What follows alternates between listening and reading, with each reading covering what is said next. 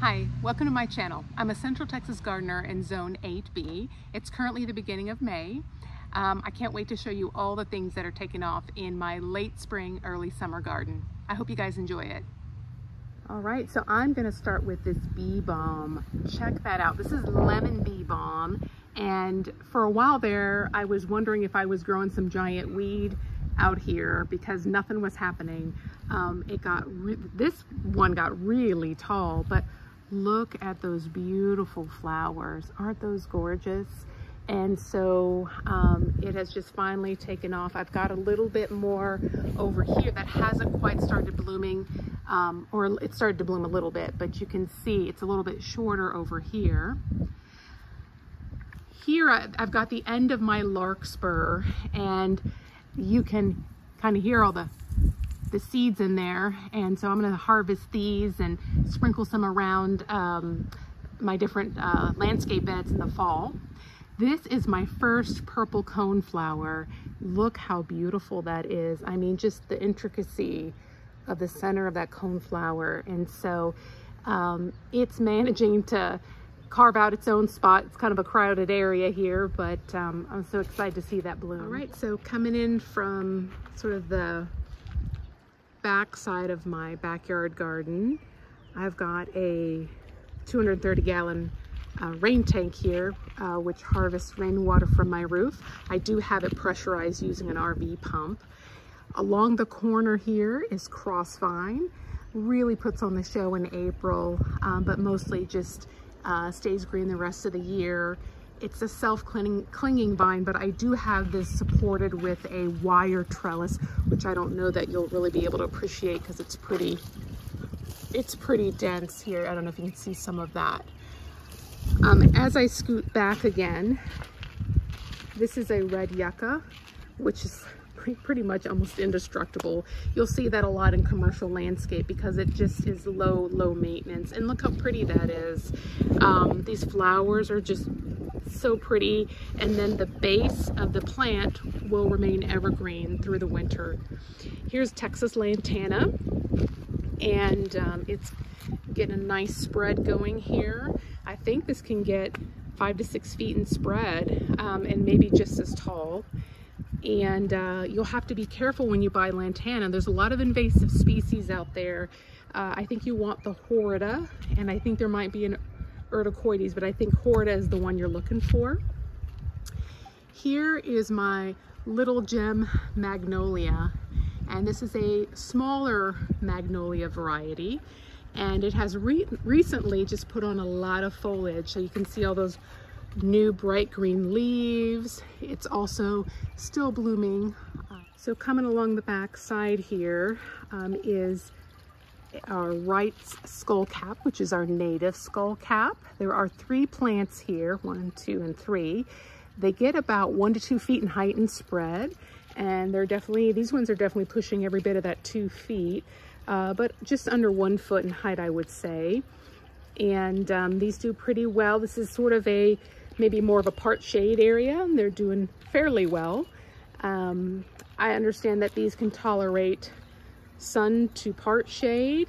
I don't know that they can tolerate full shade, but if you know, let us know in the comments. I have a zexmenia here, and here are those flowers.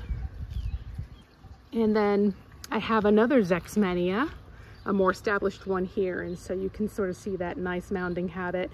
And these are also a native, and the flower stems are sort of rigid, so sometimes I'll see finches out here eating the seed heads from this plant. Along this side, I've got a Mexican hat, which is kind of interesting because it's mostly yellow, but then I've got sort of this color pattern as well, which is really the one I like the most, but only one of them is like that. And then I've got some prairie verbena over here. And then stepping back, you can see I've got several of these very tall sunflowers, and they're just now starting to put on their flower heads, so you can kind of see that. So here in the next few weeks, I'm hoping to have lots of sunflowers in this area. If you watched the April video, you remember how leggy all this was. This is mealy blue sage. I did cut it down quite a bit, and you can see where I've cut here. I've got 2 side shoots coming out, and so my goal was to definitely create a more full and compact plant, and so we'll see how that progresses. Coming back on this side, this is a whale's tongue agave, and I thought I gave this guy all the room in the world, but that skullcap is all over it. These can't get as big as 5 feet, and so this one's pretty small yet, but has really taken off in the last season in terms of growth. I have a Mexican oregano here, and then I have some volunteer coreopsis, and they are starting to put on some flower heads here. This is a fairly shady spot, and so it's not blooming as profusely as some of my other coreopsis, or some of the coreopsis you've probably noticed on the side of the road this spring. I did have some Turk's cap back here that I don't think made it through the winter, so I'll have to figure out what to put in that spot. Again, this kind of, especially right next to the garage wall, gets a lot of shade.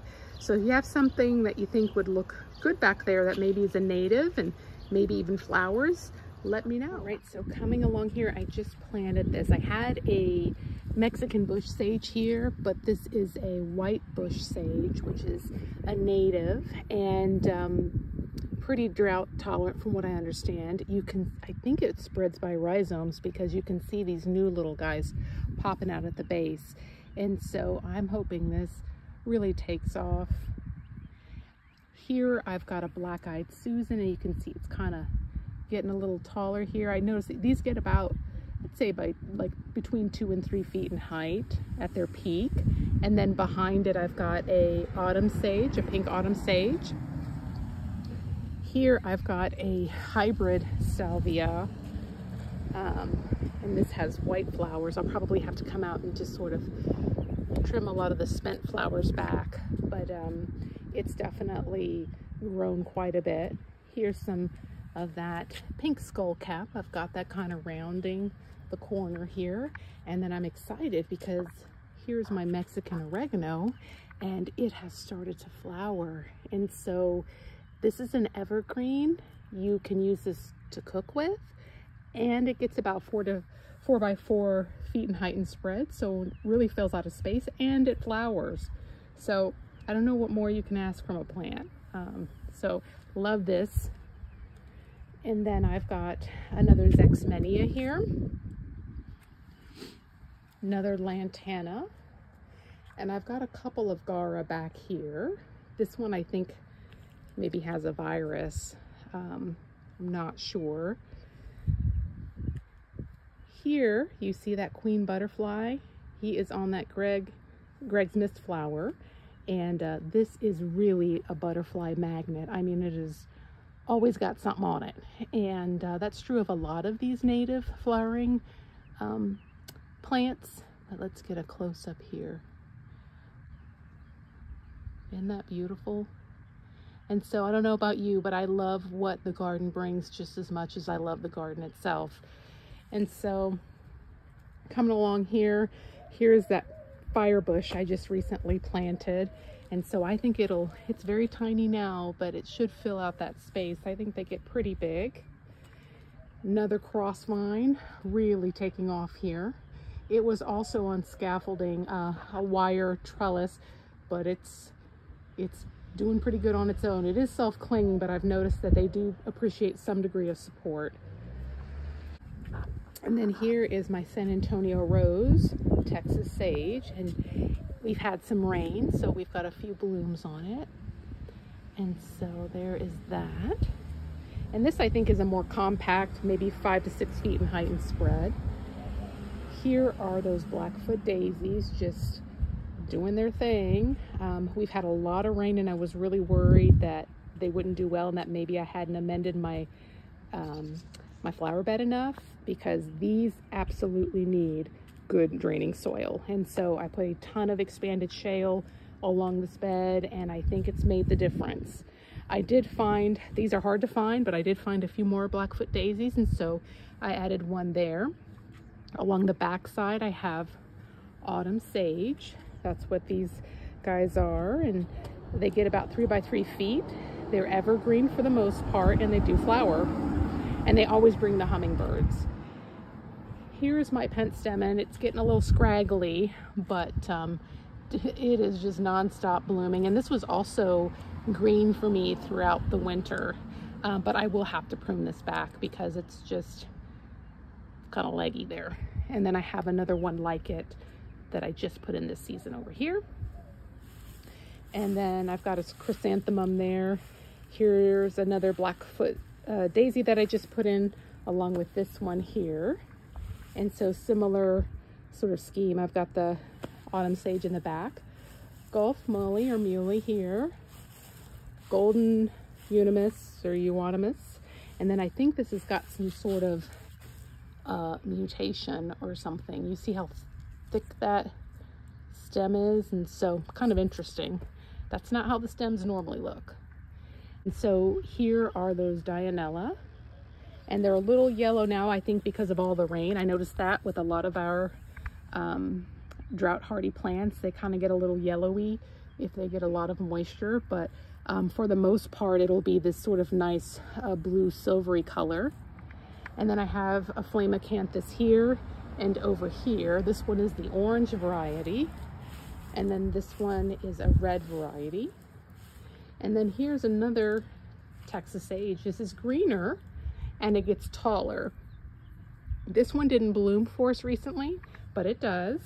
This is called Green Cloud, and I think it gets more like 6 to 8 feet. And so I'm hoping it'll fill that space nicely as it gets bigger. All right, coming from a different angle, can you guys see that lizard right there? It's a Texas spiny lizard. Hey, buddy. He might run off. Oh, he's gone. So here is my Japanese maple. This is an Emperor one. Here I have inland sea oats, and they're just now putting on some of that, I don't know what this is called, like just that those little seed heads that they're known for. And then around here I've got some pyramidal boxwood, but this is sunshine ligustrum, so this is all that color just from foliage. This ligustrum is not invasive because it is sterile. So along the ground here I have this Katie's dwarf ruellia. So this is a dwarf variety of Mexican petunia, and I've just kind of got it circling around all the way to the front. So coming along this side, I have got a rock rose here, and let me zoom in on the flowers so you can see what those look like. I think they only last a day, but they bloom pretty profusely. This is the one that is well known for our area, but I have a red variety over here, and so the blooms are just, at least for now, a little bit smaller, but they're red. Back through here I have this dwarf coneflower, and I think this is powwow wildberry, and it's pretty compact, and it has just, it's really happy in this spot here, so it's really taken off. And then here's my desert willow, not with a ton of blooms right now. I think it may be because we've had a lot of rain, so I suspect it'll start blooming and picking up once the temps get up and there's a little less rain. If you're interested in incorporating more native and well-adapted plants into your garden, or you're just interested in seeing how this garden progresses, please consider subscribing to my channel. Until the next one, y'all take care.